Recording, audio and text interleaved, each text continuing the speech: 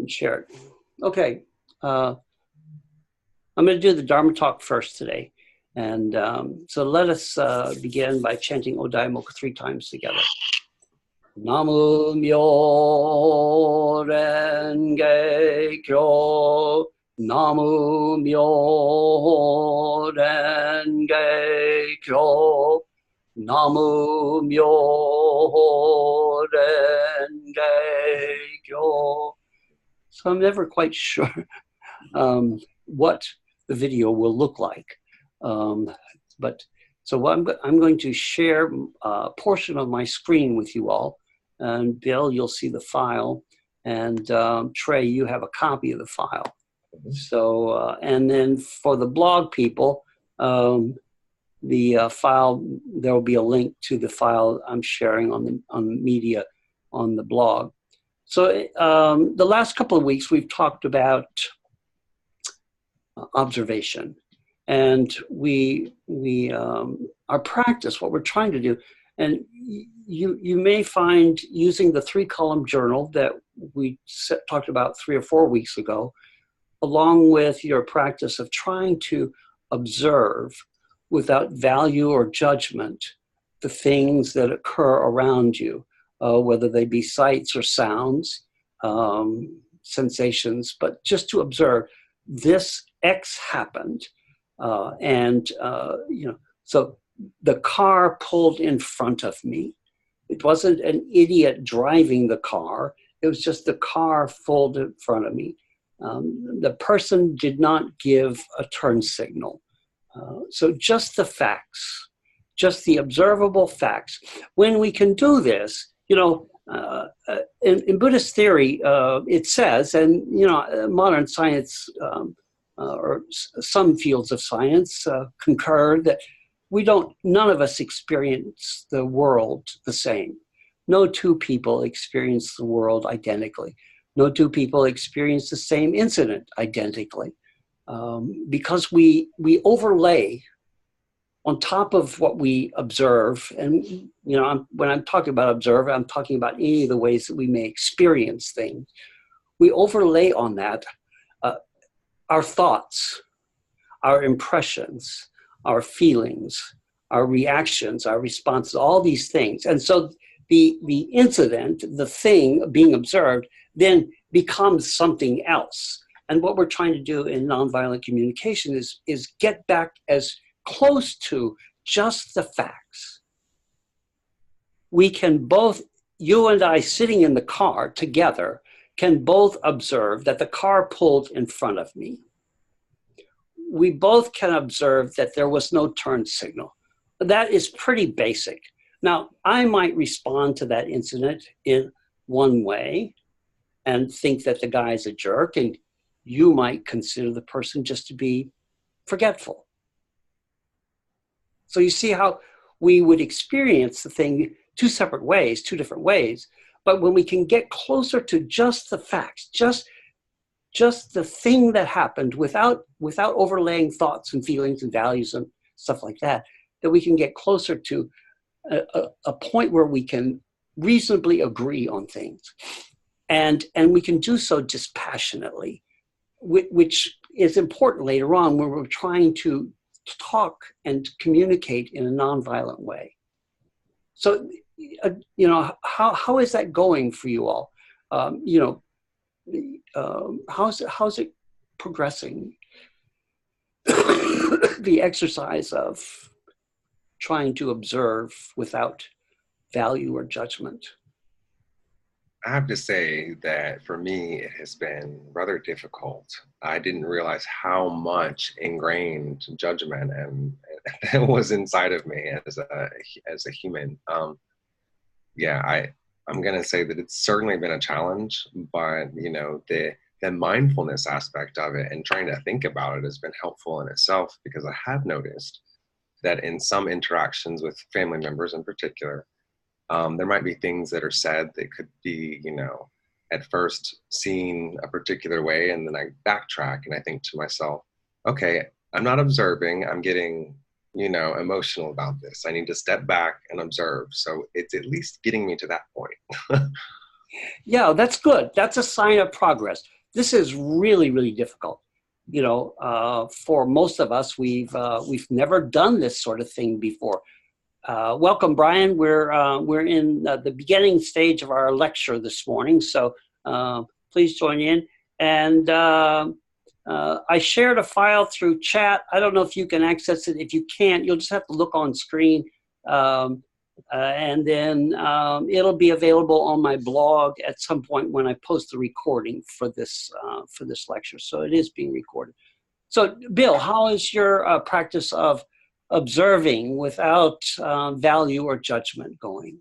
I would think one observation on this will be changing the value, so substituting one for the other, which is not necessarily correct. So I get changing one value for the next, and I can't think of an example, but you know, you go from one thing, oh, well, I shouldn't get mad at this, and then you substitute it with something else rather than just observation. I see, yeah. Yeah, this is really challenging to just observe, just the facts. Get it as bare bones as you possibly can without value or judgment. This is really crucial to not only nonviolent communication, it's crucial to our practice. It's actually very fundamental to our happiness.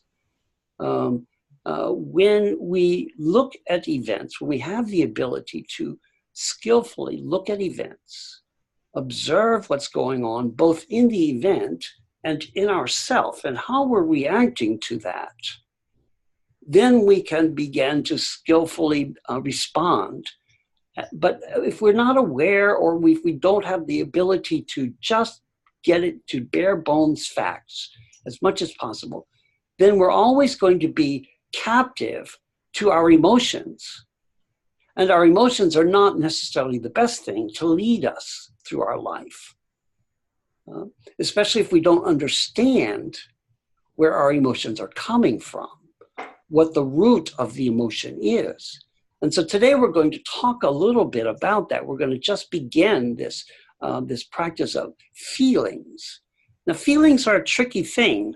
Our language is actually the trickiest part of it, because a lot of people will say, I feel like something. I feel like I'm mad, or I feel like I'm unhappy. Well, that's not a feeling, that's a thought. Anytime you put feel like, that's a red flag. That is absolutely not a feeling. There is no equivocation, nothing. That is just not a feeling. It is a thought. The best way to check to see if it's a feeling is if you can make a complete sentence. I feel blank. And that would be a complete sentence. No other words necessary. If you can't do that, then you're probably, most likely, not talking about a feeling. You're not really addressing a feeling. So I've got here now I'm not as familiar, I'm not as used to working with this feelings list, but it's a good one, and that's why I'm switching. In the past, I've used just a list of words. This one is set up so that as you move from the center outward, you become less emotional. The center words are the hottest words, you might say. As you move out, they become a little cooler. And you can see that you move from disgust. You know, disgust is pretty raw, to disapproval or disappointed, awful. And some of these you'll have to change. That's why I've not used this feeling list, because it's not really set up so that you could do I feel avoidance. You could say I feel I feel distant. I feel an aversion. I feel hesitant. So you kind of have to play with these words a little bit more than my other feelings list. And I will post the other feelings list on the blog, but I wanted to look at this one today because of the fact that it moves from hot to cool. And you can see the progression of the feelings that originate from anger, hurt, threatened, hateful, mad, aggressive, all the way out to enraged, furious, violated, resentful, jealous. Now, those aren't necessarily all that cool of a feeling from anger, but it gives you a more expansive way. You know, how many people are used to using skeptical as a feeling? Well, maybe you are, but how many people are used to using, I feel hostile? It's, I feel provoked. Those are not common words that we use in our vocabulary. We know what they mean and we are familiar with them, but we're not used to using them. And when we can increase our vocabulary of feelings, it actually gives us more power. It actually gives us greater awareness of our feelings. I feel insecure. I feel inferior. I feel inadequate. I feel alienated. Those are some really good feeling words. You know, when, especially in light of the Me Too conversation, you know, I feel insignificant. I feel worthless. I feel overwhelmed. I feel frightened. I feel terrified, shocked. Those are some really great feeling words that most of us, I'll bet, are not used to using to describe what we're feeling. Now, I could be wrong. Brian may be used to using them. I'm not sure. But generally speaking, Brian, would you say that these are words that just pop into your mind on the tip of your tongue when you're trying to express how you feel? No. Yeah. I wish I'd had, I'll say something later, I wish I'd had these at my disposal going through some things, because I think they would have been empowering and given me a vocabulary to articulate and look at the thing that's actually going on inside me. Yeah, yeah. Trey, are these words that you're used to using, common words? Most of them, no. For the most part, I stick with the ones on the kind of probably like right outside, like, you know, anger, happy, surprise. I don't usually use those that much, but things like mad, you know, frustrated, yes, I use these words. But the ones on the outer circle, I rarely ever use them. And would you say they're good words?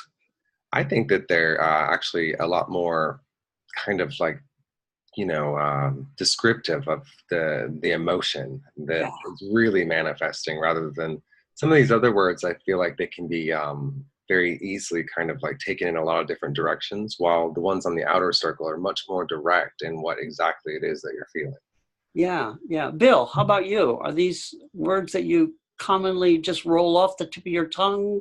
No, probably less than 50% of them. Again, it seems like I would be in the second wheel for the most part. About 3/4 of the ones in the second wheel rather than the outer wheel for me. Yeah, so I just got to notice that my internet connection is unstable. So I don't know if we get cut off, just stay where you are and I will log back. To answer the question, no, most of them are not words that I've used in the past. Okay, okay. Everybody nod your head. Okay, no one's nodding their head, so I think we may be frozen.